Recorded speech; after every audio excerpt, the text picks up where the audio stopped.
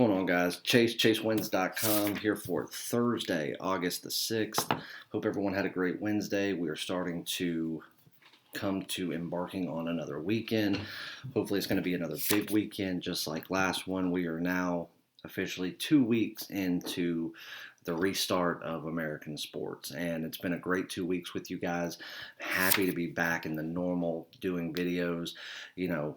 Like I said, business was running, I can't say as normal because we didn't have American sports, but we were still providing winning information, day to day. It was just a little bit different than what we were normal to. And of course, I decided that I wasn't going to push for, sales and doing all this. We were just going to wait to do it like we had always done it.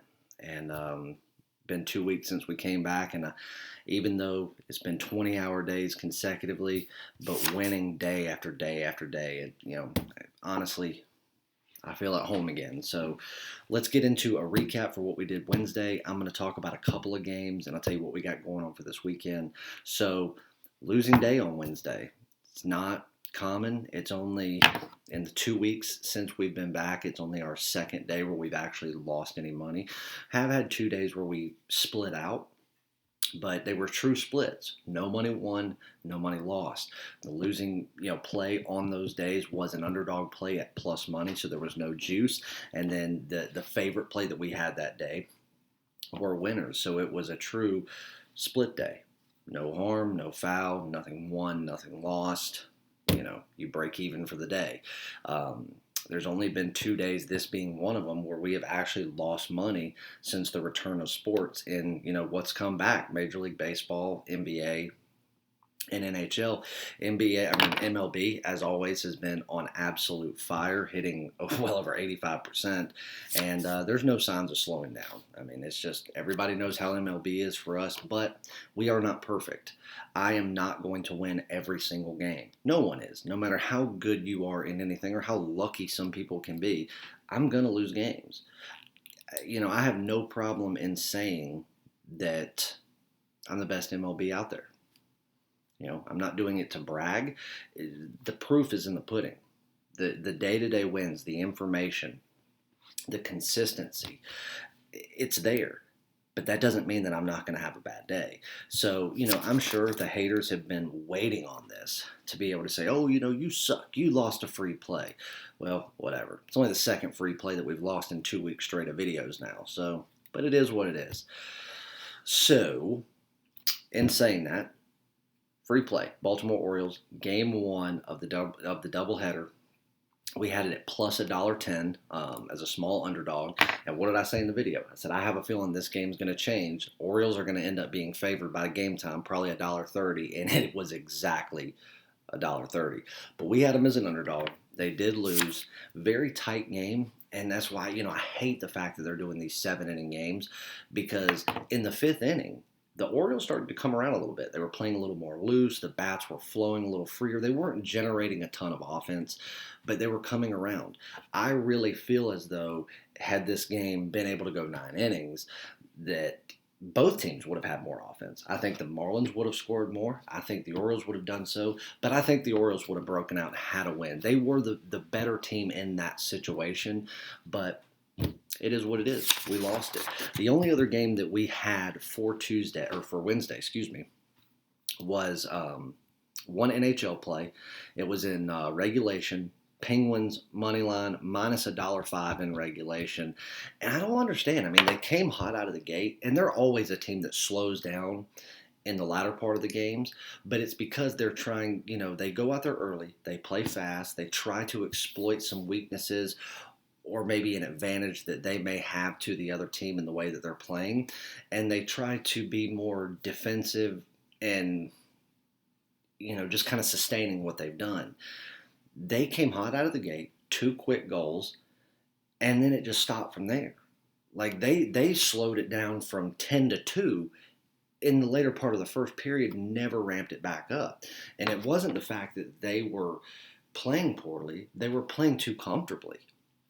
Now, again, maybe that's not the reason that they lost, but that's the way that I saw it. I feel as though they lost it for themselves. They are the better team than Montreal, period, in every single category. I, I don't know. I think they got a little too comfortable. I think that they assumed that this was going to just be another win for them, and it wasn't.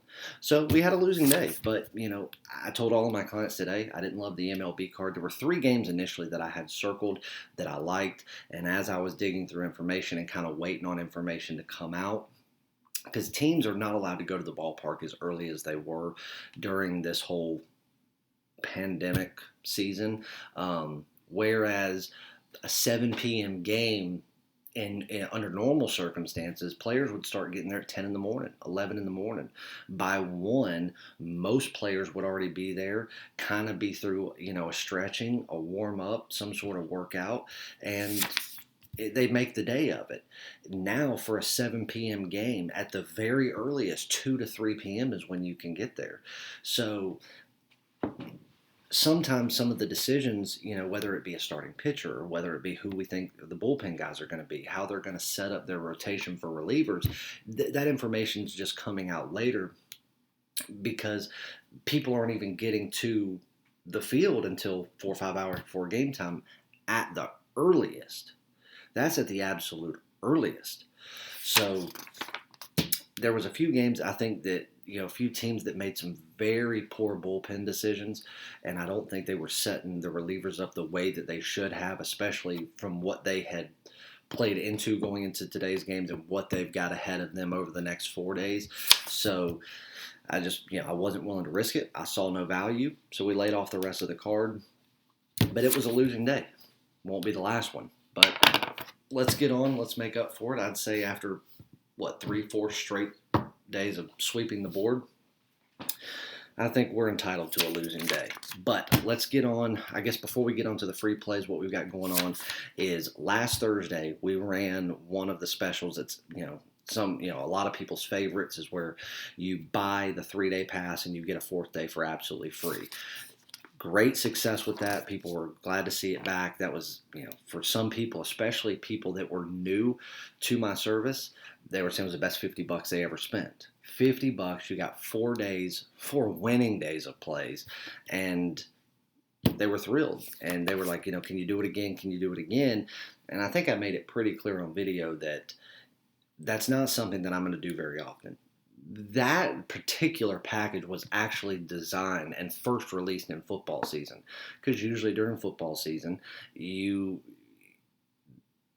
for each week, football kind of goes Thursday to Sunday. You got a couple of games Thursday, one typical, you've got Thursday night football, one typical, marquee college game. You've got some, small conference college football on Fridays, and then you've got college football Saturday and NFL Sunday. So that's where that originally came from. And that's where, during football season, once a month or so we'll do that. But being that we had just come back, people are wanting to get back into the swing of their normal sports. We did it. But we've generated a lot of new interest, a lot of new people. This is their first time. So they're not used to watching my videos every day. They're just now getting into that. So I had a lot of requests saying like, hey, I didn't know you ever did anything like this, and I didn't see the video in time. Will you please, do it again? This will probably be the last time I do it until football season. Crossing our fingers. I believe we will have football, but just, going to go ahead and be the ESPN pessimist, I guess. But because of that, because I understand that people are still trying to get back into the swing of knowing that I'm doing a video almost every day, I'm going to do it one more time. And, we may do it one more before football season, but it's unlikely. So if you want an extra day for Thursday, again, 7 p.m. is the cutoff. Last week I made it as clear as could possibly be. A deaf person would have understood me. I said that at 7:01 p.m., the extra day's off the table. No exceptions, no anything. And I still got over 50 emails of saying, hey, sorry, got it a couple minutes late. I'm still going to get that extra day, right? Well, the only way that you would have known about the extra day is by seeing the video or getting my email, which clearly stated in both, no exceptions. So I'm going to say it one more time. At 7 p.m. Eastern Time on Thursday, August the 6th of 2020, the promo is over. So from right now at 12:36 a.m., you have until 7 p.m. to buy the 3-day pass for $50, and you will also get Sunday, 4th day, absolutely free. If you buy it and it is at 7:01, if it's at 7 p.m. and 30 seconds, if it's at 7:46, if it's at 8:11, it doesn't matter. You will only get 3 days for the purchase of 3 days. So just put that out there. But for all the people that did not get to participate in it last time, here's your one last shot, and we will probably bring it back during football season. Let's get on a couple of free plays. Let's start out in the NBA. There's a game here that I like, but there's a lot of unknowns here, so this is a tricky one. The Pelicans versus the Kings, early game, 1:30 p.m. Eastern Time. Let's get the obvious out of the way. Are the Pelicans a better team than the Kings? I don't think anybody's questioning that. I don't think anybody ever will. The problem is I think that the Pelicans they're babying him. They're babying Zion. It's almost like they're being overprotective, and I think it's against his will, believe it or not. You know, people like Kawhi Leonard, I guess have made it a fad to be, I'll just play a couple of minutes. I'll take days off. I don't want to be overworked, because who would want someone that gets paid tens of millions of dollars a year to work? But I don't think Zion wants it. I really don't. The thing is, I understand the knee injuries. I'm the one that said from the very beginning, before he ever stepped foot on an NBA court, that I felt like he was going to be kind of like a Patrick Ewing, where his knees were going to be done before he ever got going. Somebody with that much athleticism that can, jump like he does and just move, holding up just shy of 300 pounds, and just the way that he jumps and comes down on that body, his knees are destined for hell. I wish the kid the best. I really think that he has the potential to be a true superstar in this league. The only thing that's going to hold him back for it is longevity. Can he sustain a long career at his size with as athletic as he is? Because his athleticism could be what shortens his career. As weird as that is to say, but it's the truth. Excuse me. But the fact that they're playing him 14 minutes a game, and then, one game they might get him up towards 20 minutes, they got to let the kid play. He's a kid. And, you always hear the thing, if you push somebody too early and you try to get it all out of them, from the jump, you can damage a career. Well, the same goes if you hold somebody back too long. This kid, it doesn't matter how much you play him. If he is playable, whether it be for 5 minutes or 50 minutes, it doesn't matter. He is going to be elite level contracts. He's going to be one of those players that have to be paid $30-40 million a year. If he's, in just a few short years, he's going to be making that type of money. No team in their right mind can cut a $40 million yearly salary to have somebody play 15 minutes a game. Because then even though you might be the guy, the franchise player, the superstar, at 15 minutes a game, you're only a very small piece of the pie. So here's the thing. I broke the numbers down 3 different ways for this game. Right now, the Pelicans are laying 4. I saw 4.5 at Bovada, but William Hill's got it at 4. Caesars have it at 4. 5 Dimes has it at 4. And obviously, I do William Hill. So Pelicans -4. The Kings, they're still alive, but they're barely breathing. No, everybody knows the Kings, they have no shot at anything. They really shouldn't even be in this bubble. The Pelicans, I don't think anybody thinks that they're going to be there at the end. But they're a team that has talent enough to strike fear in anybody. They can hang with anybody on any given night, especially if Zion's playing well and being able to play. So I broke it down 3 ways. We'll say Pelicans -4, no LeBron. In my eyes, the line should be 2.5 to 3. And that's saying that both teams come out defensively strong and not very offensively minded, which is kind of a trend for those teams this year. Pelicans, Kings, Zion gets to play normal minutes. They're not going to hold him back. I think the line should be Pelicans minus 8.5. Pelicans, Kings, with Zion playing somewhere between 14 and 20 minutes or 14 and 23 minutes, I still think the line's 6.5. So I think that minus 4 is a valuable number.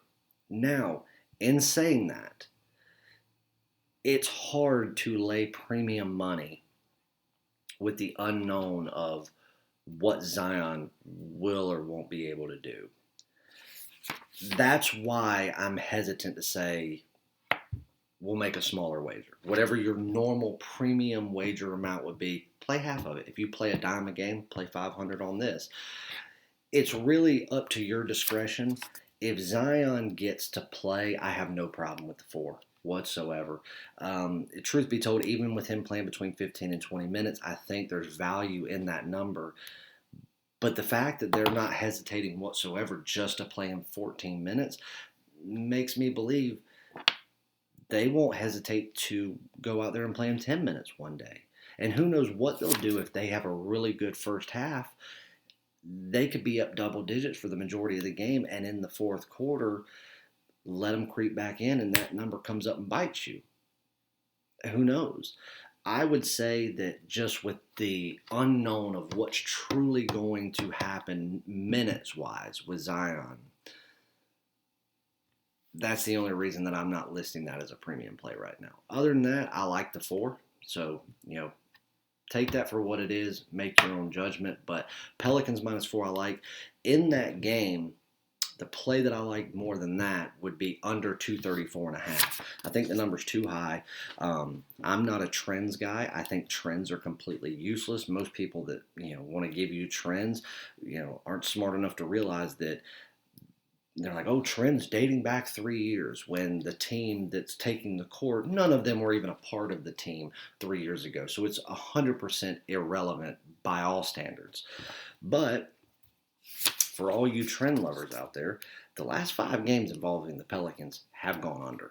And, stating that, before the season shut down, the Pelicans played twice in 3 days, and both of those games we had them on the under, and both games went under the listed total by 10-plus points. We cashed in easily on both of those premium. Well, one of them was a top play. This number's too high. Statistically, I don't care what numbers you go with. No Zion, limited minutes. It doesn't matter. Kings at their best, Kings at their worst. Pelicans at their best, Pelicans at their worst. It doesn't matter. Statistically, there is no justification for 234.5. Worst case, I think the number could go all the way down to 223. Best case, wanting to make it a high total, I think that 231 is the highest I could come up with, and that's being overly generous in 5 out of the 7 categories that I consider when looking into a total. So again, this is still going to stem to what Zion's going to be allowed to do. But more likely than not, I think the Pelicans can take control of this game. They'll get more defensively and slower pace minded than what they will be in the first portion of it. The Kings, they're not a fast-paced team. And the weird thing about them is where some teams, if they're not playing well, they try to ramp up the pace to try to get out of a funk, to try to make up, for time that they've lost. They try to make up ground. The Kings are almost the opposite. It's almost like the worse that they're playing, the slower that they get, despite whether it's working or not. I think that both of these teams, even though they don't match up well size-wise, neither one of them are overly dominant on defense. But again, defense is fairly non-existent in today's NBA. I just think that the style of play that the Pelicans have, especially when trying to move to the perimeter and trying to feed something inside, the Kings are fairly smart to guard that paint right there. On the flip side, where the Kings like to shoot those outside wide open shots, it's harder to do when you can have Zion play at the edge of that paint, and he can step out and guard you on the perimeter as well. And with his athleticism, I think it's going to make them more cautious and make them think twice about how many outside shots they attempt, whether they're open or not. Which means that while Zion's not on the court, I think they're going to feed the ball inside. They're going to go with that game plan. I don't think they can outbody the Pelicans. And I think that we could see at least 2 out of the 4 quarters be well below average as far as scoring. Again, both of these picks right here really depend on what Zion's going to do or not do. But I can't assume that he's going to go out there and play 25 plus minutes when nothing is saying that he will. There's been no hints or anything that has happened to make anyone think that he will. And if it's going to be like it has been since the return, I've got to go with what I think is going to happen. And I don't think that if there's a game where they're going to let Zion break out and play more minutes, it's going to be against a team like the Kings. They're going to save it for when it's a team that they need him more. So for that, for somebody that can put up 20 points without thinking twice about it, another reason why I like the under. So there's your 2 right there. Maybe make them a little bit smaller wagers based on the unknowns, I guess. But Pelicans -4, my stronger play would be under 234.5 there. And then another game that I like, and this is a game that there's a couple of reasons why I want to lay off this game, but the Twins. Early game as well. Twins on the run line. They're going up against Pittsburgh. Now here's the thing. The Twins are hot. They're one of the hottest teams in baseball. You know, I'd say the hottest team in baseball is probably the Dodgers. Second to that, truth be told, it's Cubs. My Cubs are absolutely on fire. David Ross has them dialed in and focusing on nothing but baseball. So outside of that, I think the Twins are the hottest team. Now, granted, kind of put an asterisk by it. They haven't really had much of a competition. Sure, you can, consider Cleveland all you want, but it's not like they've had to go out there and play elite teams every night. But they've played well. And another thing is the stars have aligned for them. Even on days where they've played poor, they're still winning in fairly easy fashion. Now, Maeda going in for the Twins, he looked beautiful. I mean, damn near untouchable when he played against Cleveland last Saturday. Now, he allowed 1 hit. Maybe it was 2 hits. I think it was just 1, though, and it was an infield hit. And he pitched 6 innings. I think that's 6 innings. 12 strikeouts. I mean, he was on fire. I mean, beautiful. Now, Brubaker for Pittsburgh is going in. And here's the team. Now, again, Pittsburgh's a bad team. We know that. I've said it multiple times. I've faded them multiple times this year. We've made money with how bad they are. They're in true rebuild. They've got a couple of pieces they're going to start building around, hopefully, but it's going to take some time. Now, granted, this pitcher has gone out there and pitched 5 1/3 innings, I think, and has done very well in those 5 1/3. But they've been at a reliever and a closer role. This will be his first start of the season. And truth be told, based on the way that his ramp up and his conditioning to get to this point has been, I don't see him having the stamina to go more than 4 innings, nor do I think they'll try to stretch him past that. For him to even go 4 innings, he's going to have to pitch well. And right now, the Twins are just hitting the ball. They're not very powerful, but they are as consistent as you would ever want a team. At the plate, they're very focused, they're very consistent, and they know how to get on base. And have I always said, is the most important thing about baseball from an offensive standpoint. It's not home runs. It's not, how many times you can go left field to right field. It's not how many times somebody can do something fancy. It's just getting on base. That's it. Getting on base is the single most important offensive thing in baseball. Very simple, very fundamental, not hard to figure out. They get on base. They get on base. That's why they have so many RBIs. That's why they can score a lot of runs without having a ton of, without having home runs. How many teams do you see score 11 runs without any balls going yard? Very uncommon in today's baseball. The Twins do it pretty regularly. They'll score double-digit runs with no home runs. So right now, the fact that they are on such a streak, what have I said? This is baseball. And baseball, more than any other sport out there, it doesn't matter how good you are, how on fire you are, how bad of a team you're going up against, how locked in you are. In baseball, all good things must come to an end. And truth be told, usually it happens when you would least expect it to happen. When you've got your stud on the mound, when every single person in your lineup is just dialed in and focused and swinging the bat so well, when you're going out there and playing a scrub team with a shitty starting pitcher, that's when teams are most vulnerable. And that's where they get bit in the ass more times than not. That's the only thing that scares me about this game, is that right now the Twins are in a very vulnerable spot, and they probably don't even realize it.